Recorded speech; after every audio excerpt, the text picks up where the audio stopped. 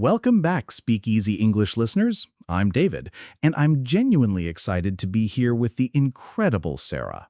Hey, David, and a warm hello to everyone joining us.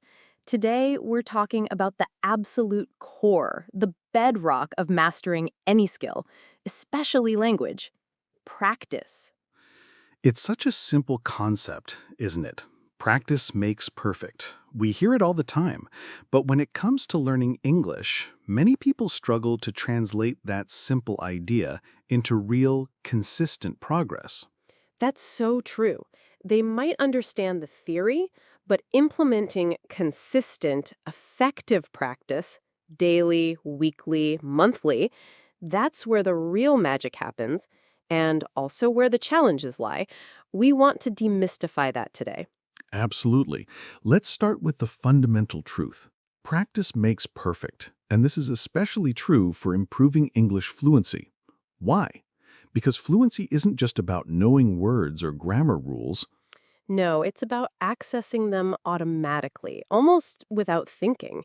When you practice consistently, you're building neural pathways in your brain.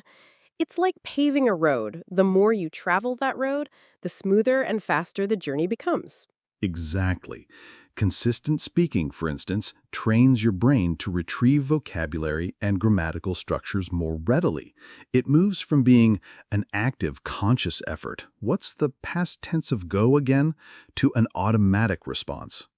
It's like driving a car. At first, you think about every step: clutch, gear, accelerate. But with practice, it becomes second nature. Your brain does the heavy lifting in the background, freeing you up to focus on the conversation itself, not just the mechanics of the language. This leads us to a huge benefit of regular practice. It helps you overcome hesitation. Many learners feel a block when it's their turn to speak. They freeze, worry about mistakes, and the words just don't come out. That's the fear factor. But every time you open your mouth, even if it's just to practice a few sentences to yourself, you chip away at that fear. You prove to yourself that you can do it, and that little success builds on itself. Precisely. Each small successful interaction, each time you articulate a thought, even imperfectly, contributes to building confidence. Confidence isn't born from perfection.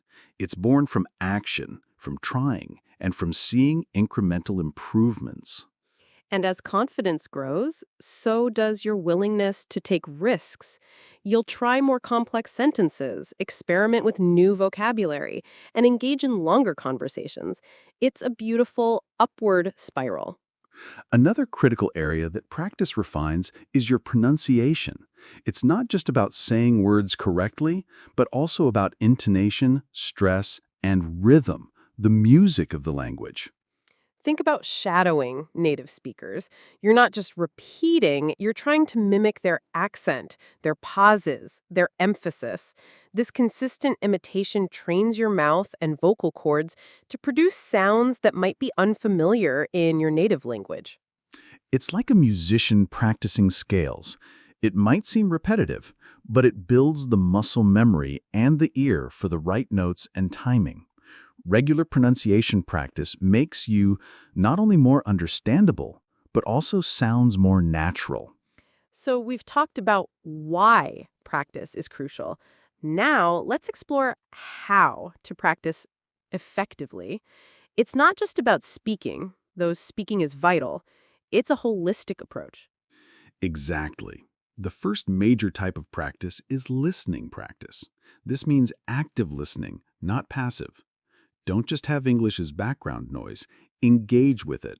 Yes, listen to podcasts like this one. Watch movies or TV shows with subtitles at first, then without. Try to pick out new vocabulary, identify sentence structures, or even just summarize what you heard in your head. This trains your ear and comprehension. Next is reading practice. This builds your vocabulary and passive grammar knowledge. Read articles, short stories, graded readers, or even English news websites. Choose topics you're interested in to stay engaged. Don't feel pressured to look up every single word. Try to understand the meaning from context. The more you read, the more familiar you become with common phrases and grammatical patterns, and the faster your reading speed will become. And then, of course, there's writing practice. This is where you actively produce the language. Keep a journal in English. Write short summaries of things you've learned, or even try to compose emails or messages. Writing forces you to think about sentence structure, word choice, and grammar more deliberately. It helps solidify what you've learned from listening and reading. If you can find someone to correct your writing, that's a huge bonus. And the most intimidating for many, but arguably the most impactful, is speaking practice. This is where you truly activate the language. This can range from talking to yourself, to shadowing, to finding a language exchange partner. Don't wait until you feel ready to speak. You'll never feel 100% ready. Start with simple dialogues, describe your surroundings, or even just narrate your actions in English as you go about your day. The key is to produce output. It doesn't have to be perfect. The goal is to get comfortable producing sounds and words, even with errors. Errors are feedback. The more you speak, the more natural it becomes. Finally, an often overlooked form of practice, thinking in English. This is where you internally process your thoughts directly in English without translating from your native language. It's a powerful way to build mental fluency. When you're making a shopping list, planning your day, or even just daydreaming, try to do it in English. This trains your brain to operate directly in the target language. Now, a huge aspect of the power of practice is consistency versus intensity. Many people try to cram hours of English study into one day and then do nothing for a week. That's intensity without consistency, and it's less effective. Exactly. It's like going to the gym once a month for 8 hours. You'll be exhausted and likely injured. Far better to go for 30 minutes 3 times a week. The same applies to language. Small, daily efforts create far more long-term progress than sporadic, intense bursts. 10 to 15 minutes of focused practice every day will yield better results than 2 hours once a week. It builds habits, and habits are the backbone of mastery.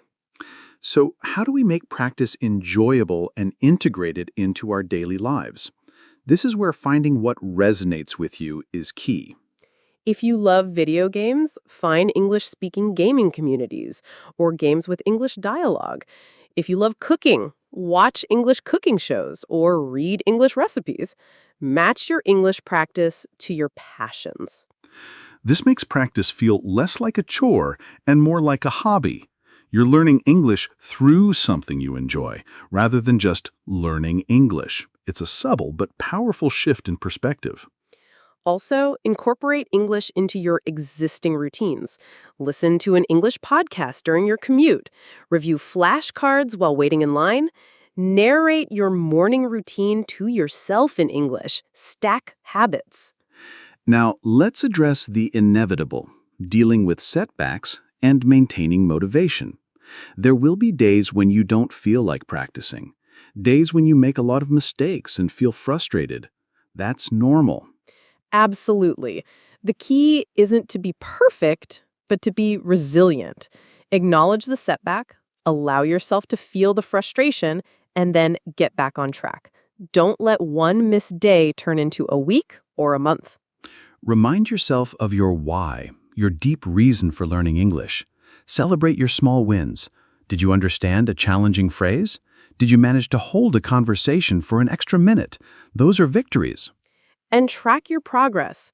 Seeing how far you've come, even if it's just ticking off days on a calendar where you practiced, provides visual evidence of your consistency and fuels your motivation. To illustrate how this works in real life, let's consider a common question we get.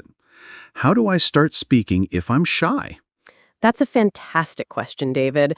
My advice would be to start small and privately.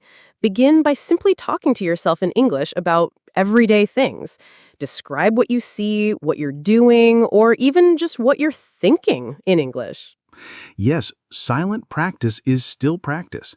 Then move to shadowing, where you repeat what a native speaker says from a video or podcast. You're practicing pronunciation and rhythm without the pressure of forming your own sentences yet. After that, maybe record yourself speaking for a minute about a simple topic. Listen back, notice areas for improvement, but also acknowledge how well you did. It builds confidence incrementally. And only then, perhaps, find a low-pressure speaking partner, maybe an online language exchange buddy, where you can both make mistakes and learn together. The key is gradual exposure. Another common query is about retaining vocabulary. How does practice help with that? It goes back to using the words. If you just memorize a list, you'll forget them. But if you actively use them in speaking, writing, and even thinking, you're forcing your brain to integrate them into your active vocabulary. And encountering them repeatedly in different contexts through reading and listening reinforces them. It's like putting a new piece into a jigsaw puzzle. The more you connect it to other pieces, the more stable it becomes. So the power of practice truly lies in its consistency and its comprehensive nature. It's not just about one type of practice, it's about engaging with English in diverse ways every single day. From active listening and reading to intentional speaking, writing, and even thinking in English, each element strengthens a different facet of your language ability. And remember, progress isn't always linear.